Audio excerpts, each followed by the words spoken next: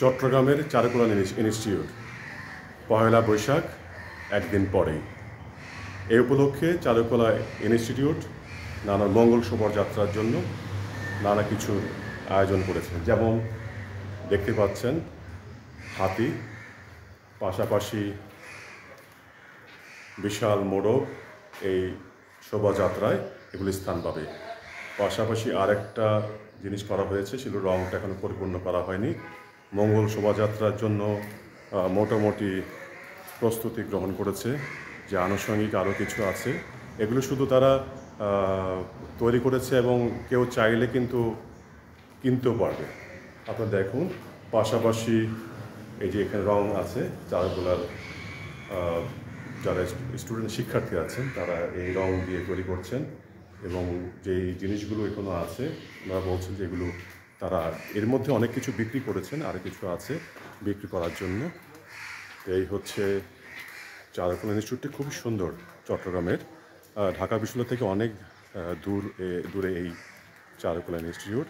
আপনার দেখুন ক্যাম্পাসটা খুবই সুন্দর, চারদিকে ওয়ালে দূরে দেখুন এটা একটি মঞ্চ, পাহাড়ের বেশ 4-5টা ধাপ নিচে মঞ্চ, দূরে উপরে বসে অনুষ্ঠান দেখতে পাবেন।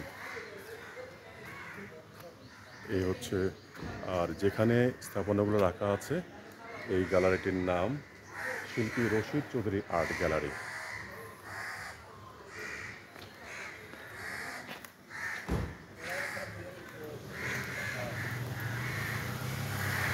এখানে আসলে যেহেতু ঈদের পরের বন্ধ, তেমন লোকজন নেই, তো ক্যাম্পাসটি খুবই সুন্দর, বলার অপেক্ষা রাখে না।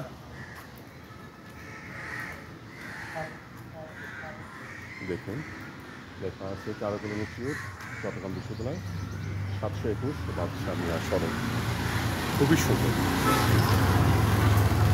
মঙ্গল শোভাযাত্রার জন্য ঢাকা বিশ্ববিদ্যালয় চারুকলা ইনস্টিটিউটের মতো চট্টগ্রাম চারুকলা ইনস্টিটিউট প্রস্তুত। তারা পয়লা বৈশাখে মঙ্গল শোভাযাত্রাটা করবে। পাশাপাশি দেখুন ওয়ালগুলো খুব সুন্দর।